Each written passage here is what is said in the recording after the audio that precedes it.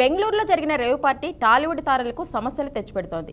ఇప్పటికే ఈ పార్టీకి హాజరు కాలేదని హీరో శ్రీకాంత్ వీడియో రిలీజ్ చేస్తూ క్లారిటీ ఇచ్చారు. మరోవైపు నటి హేమ ఇష్యూ వార్తల్లో చూస్తూనే ఉన్నాం. ఈ సంఘటనపై కేసు నమోదు చేసిన బెంగళూరు పోలీసులు పూర్తి స్థాయిలో దర్యాప్తు చేస్తున్నారు. అయితే ఇదిలా ఉండగా ఈ వ్యవహారంపై సోషల్ మీడియాలో ఊహాగానాలు పెద్ద ఎత్తున వస్తున్నాయి. తాజాగా టాలీవుడ్ యాంకర్ శ్యామలపై కొందరు సోషల్ మీడియా పోస్టులు ప్రచారం చేస్తున్నారు. ఆమె రేవ్ పార్టీలో పాల్గొన్నారంటూ కథనాలు వైరల్ అవుతున్నాయి. దీంతో తనపై వస్తున్న అసత్య వార్తలపై యాంకర్ శ్యామల గట్టిగానే స్పందించింది. తనపై తప్పుడు వార్తలు ప్రసారం చేసిన వారిపై చట్టపరమైన చర్యలు తీసుకుంటానని తెలిపింది. ఇప్పటికే వారిపై పరువు నష్టం దావా వేసినట్లు శ్యామల వెల్లడించింది. కావాలనే తనపై ఇలాంటి తప్పుడు కథనాలు రాస్తున్నారని మండిపడింది. అయితే శ్యామల ఇటీవల జరిగిన ఎన్నికల్లో వైఎస్ఆర్సీపీకి ప్రచారం చేసిన సంగతి తెలిసింది. అందువల్లే రాజకీయ కక్షతోనే ఇలాంటి అసత్య కథనాలు రాస్తున్నారని ఆమె ఆవేదన వ్యక్తం చేశారు. తనపై తప్పుడు వార్తలు ప్రసారం చేసిన వారిపై న్యాయ పోరాటం చేస్తానని స్పష్టం చేసింది శ్యామల.